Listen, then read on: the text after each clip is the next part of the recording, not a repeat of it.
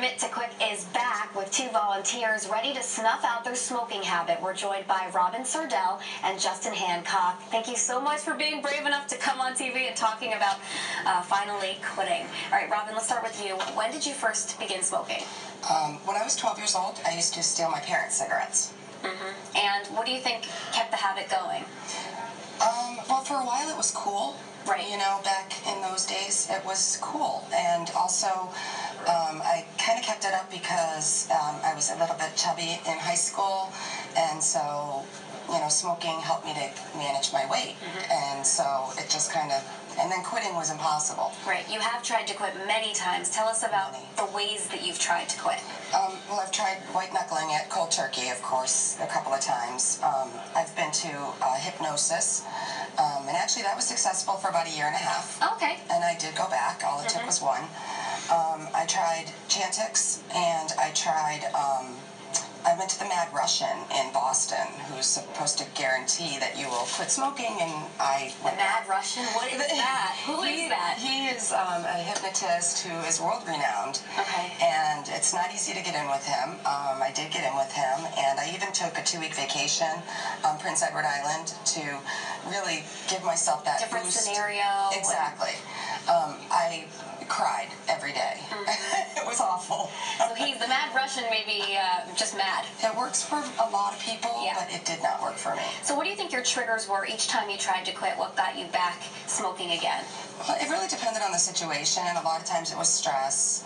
The time I went back after the year and a half was after I was in the car with a friend after we had hit black ice on 84 and hit the guardrail, and instead of her getting out of the car to smoke, because I didn't smoke in my car when I had quit, I was afraid she might get hurt, so she stayed in the car, and I asked her for one while we waited for the police and everything. So that was the beginning of the end. Within a week, I was back to a pack a day. So what's your motivation this time around? I heard you earlier say that you have the lungs of an 80-year-old man. Yes, I do. Okay, so...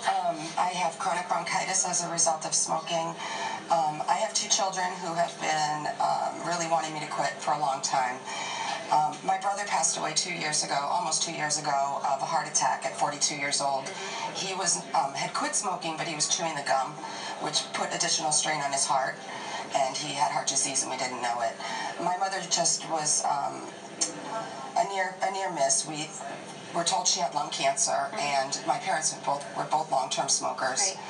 Right. Turns out she doesn't, but at any time it could turn to it. The scare, yeah. Justin, how about you? When you started smoking, was it 14 years ago? Right around 14 years ago. I think a huge motivation for me. I lost a grandfather and an aunt through smoking, both with lung cancer. So I think that it's kind of come a point in time in my life where I feel that, you know, I need to do this now. I need to make a commitment to myself that if I do this and I stay on track, that, you know, I can live that long life, outlive, you know, the short life that they lived. And you have already sort of both begun the process of quitting, not quitting smoking yet, but kind of mentally starting the process. Right. And for me, it's been that way for about the past year, where, you know, I've kind of looked at it and said, you know, is this really for me? You know, all the problems that come along with it. Is it really worth my life to continue to do this and watch people who I care and who care about me around me pass away from this deadly disease, such as cancer, or heart disease, or something like that? And I was reading your story too. There's other reasons as well. You don't like the smell of the smoke on your clothing, and it causes wrinkles. I mean, any of those reasons are ones to reach out for when you're going through a rough time, right? Right. Absolutely. I mean, those are just 2 of the, I should say, minor things that could happen. But, you know, the long-term effects, such as the cancers and the things like that, it really puts it in perspective that, you know, this is something that needs to be done now. Andy, what advice do you have for them? They're about to try to quit. And they're going to do it this time. I have faith in you guys. Based on the number of experiences each have had, that'll help enormously, because those experiences were not failures. They were learning moments, and so they did learn from that. They're here. that this is a very hard time and place to do that in, but they're willing and able to do that. So I commend you both on your courage in getting started with this.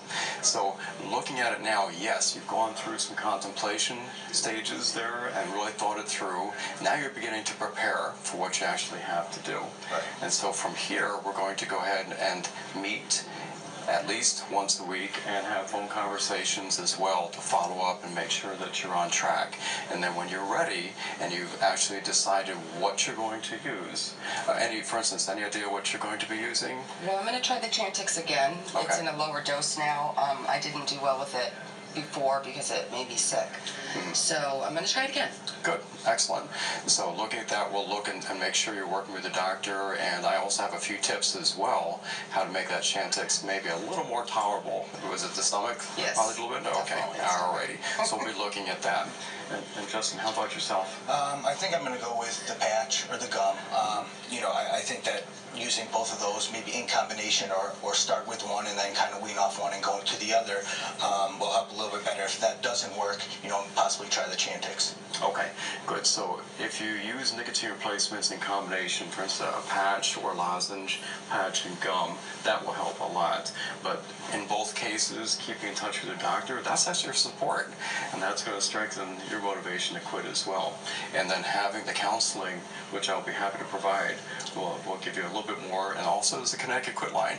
That's always good, especially in the middle of the night, that type of thing, to call and see what's going on, how they can help as well. Right. So the more support, the better it's going to be. Okay. About it. The important thing is stay with your quit coaches, stay with your quit supports. Best of luck to you guys. Thank you so much for sharing your stories, and we want to hear back from you. Oh, yeah. And hear about We're your going to be blogging successes. about this. Oh, that'll be great. We'll certainly have to follow up. Thank you so Absolutely. much. Thank you. Thanks, Rachel. Very good. All right, Thank you. still to come on Fox Connecticut's Morning Extra, a final check of our top